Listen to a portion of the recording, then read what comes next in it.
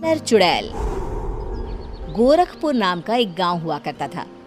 उस गांव में ज्यादा लोग नहीं रहते थे। उस गांव में एक गर्भवती विधवा औरत रहती थी। उस औरत का नाम कमला था।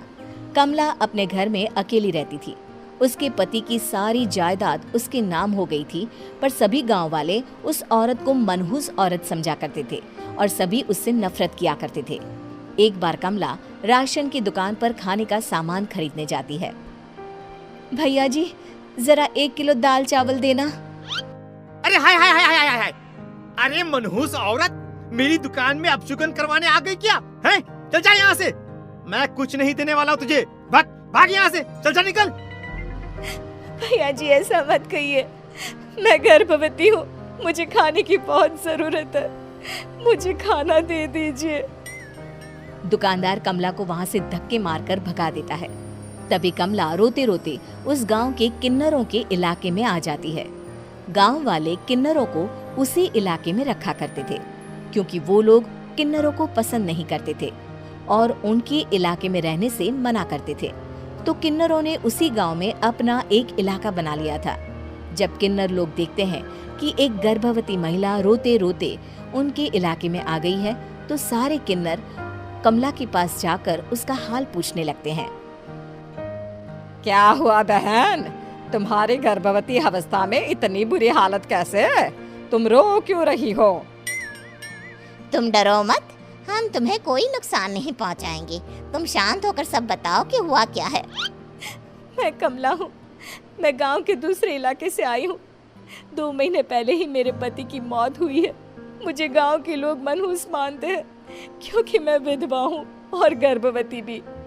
वहाँ के लोग मुझे खाने के लिए कुछ बेचने के लिए भी तैयार नहीं, जिससे मेरा गुजारा नहीं हो रहा था। कोई बात नहीं कमला, हम तुम्हारा ख्याल रखेंगे। किन्नर लोग कमला को एक खाली घर में रहने के लिए जगह दे देते हैं और उसकी देखभाल भी करते हैं। कुछ ही महीने बाद कमला अपने बच्चे को जन्म देती है, पर अफसोस, कमला बच्चे को जन्म देते ही अपनी जान गंवा देती है। जब सब किन्नर बच्चे को देखते हैं तो बहुत खुश हो जाते हैं, क्योंकि वो बच्चा भी किन्नर ही था। कमला ने एक किन्नर बच्चे को जन्म दिया था। अब इस बच्चे की देखभाल कौन करेगा?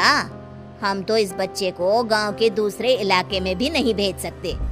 और तो क्या हुआ, इस बच्चे की माँ नहीं रही तो हम इसे पालेंगे। अब ये हमारे इलाके में रहेगा, हमारे साथ रहेगा। फिर वो किन्नर उस किन्नर बच्चे को गोद ले लेते हैं, उसका नामकरण कराते हैं। उस किन्नर बच्चे का नाम शक्ति रखा जाता है। देखते ही देखते शक्ति बड़ी होने लगती है। उसके रंग रूप बहुत सुंदर थे। वो बहुत सुंदर किन्नर दिखती है। एक दिन शक्ति एक किन्नर से पूछती है, माँ जी सुनिए ना, ये गांव के दूसरे इलाके में भी तो लोग रहते हैं, तो हम वहाँ क्यों नहीं जाते? हम उनसे अलग क्यों रहते हैं? शक्ति, क्योंकि वो लोग हमारे जैसे नहीं, वो लोग हमें पसंद नहीं करते, इसीलिए हम उनसे अलग रहते हैं। क्यों? वो हमें क्यों पसंद नहीं करते? मुझे एक बार उस इलाके में जाना है। मैं एक बार वहाँ जाकर घूम कर आऊं। शक्ति, खबरदार, जो तू उस इलाके में कभी भी गई तो अपनी जान नहीं गंवाना चाहती तो उस इलाके में कभी कदम भी नहीं रखेगी, समझी? इतना कहकर वो किन्नर वहाँ से चली जाती है।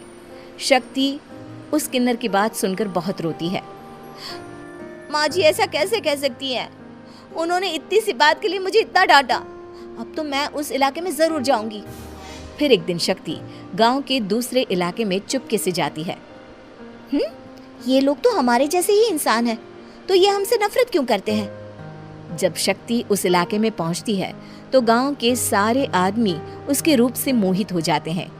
वो लोग ये अंदाजा नहीं लगा पाते कि वो किन्नर है। शक्ति की सुंदरता देखकर सारे गांव वाले उसकी तारीफ करने लगते हैं।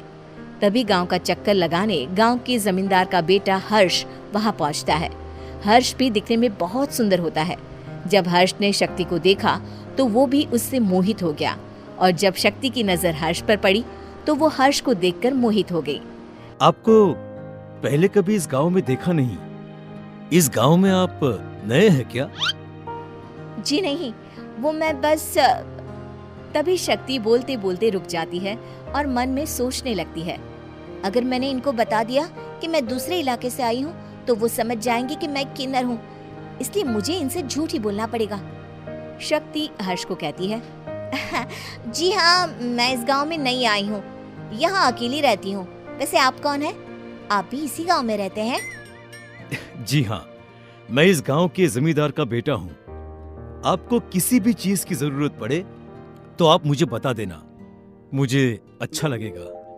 ऐसे ही शक्ति और हर्ष एक दूसरे से रोज मिलने लगते। वो दोनों अपने प्यार का इजहार करने एक दूसरे से मिलने जाते हैं।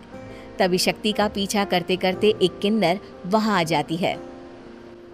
शक्ति, मैं तुमसे बहुत प्यार करता हूँ। मैं तुमसे शादी करना चाहता हूँ। क्या तुम मुझसे शादी करोगी?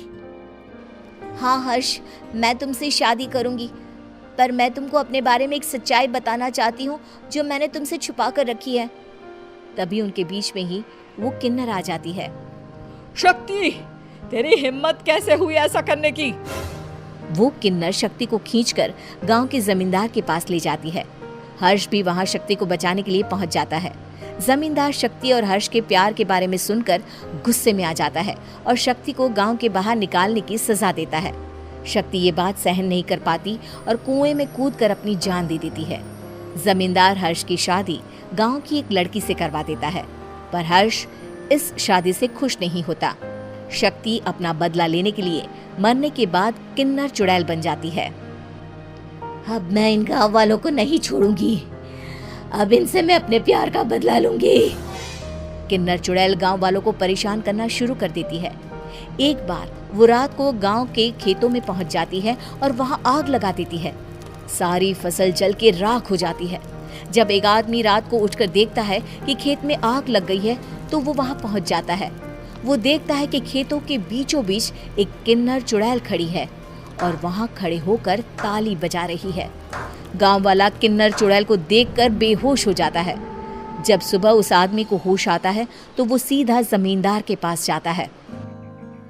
अरे जमींदार साहब, अरे वो किन्नर चुड़ैल ने मेरी सारी फसल चला दी। अब मैं क्या करूंगा? क्या होगा मेरा? जमींदार चुड़ैल किन्नर का नाम सुनते ही सब कुछ समझ जाता है। अब वो बहुत डर जाता है। उसी रात को जब जमींदार डर के मारे अपने कमरे में सो नहीं पाता, तभी वहां अचानक से किन्नर चुड़ैल आ जाती है। किन्नर चुड़ैल जोर जोर से जमींदार के आगे खड़ी होकर हंसने लगती है और ताली बजाने लगती है। जमींदार उस डरावनी किन्नर चुड़ैल को देखकर बहुत डर जाता है। तूने मेरे साथ बहुत बुरा किया, अब मैं तुझे जान से मार दूंगी।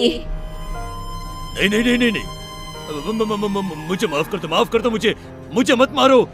मैं कभी ऐसा दोबारा नहीं करूंगा। अब तुम जो बोलोगी वही मैं करूंगा। ठीक है, मैं चाहती हूँ कि किन्नर इलाका गांव के इलाके से जुड़े और गांव का कोई भी आदमी किन्नर समाज से द्वेष ना करे, उससे नफरत ना करे, नहीं तो मैं सारे गांव को मार दूंगी। और तुम गांव में एक नया कानून बनाओ कि अगर किसी ने भी किन्नर समाज को हानि पहुंचाने की कोशिश भी करी या इनसे भेदभाव करने की भी कोशिश करी तो उनको कड़ी से कड़ी सजा मिलेगी। हाँ हाँ हाँ हाँ, मैं ऐसा ही करूंगा। तुम जो बोलोगी वो मैं करूंगा, पर मुझे जाने दो प्लीज। तब वो किन्नर चुड़ैल वहां से चली जाती है। गांव का जमींदार किन्नर चुड़ैल का कहा मानते हुए दोनों इलाकों को एक कर देता है और नया कानून भी लागू कर देता है। तब से वहां किन्नर समाज और बाकी गांव वाले शांतिपूर्वक रहने लगते हैं।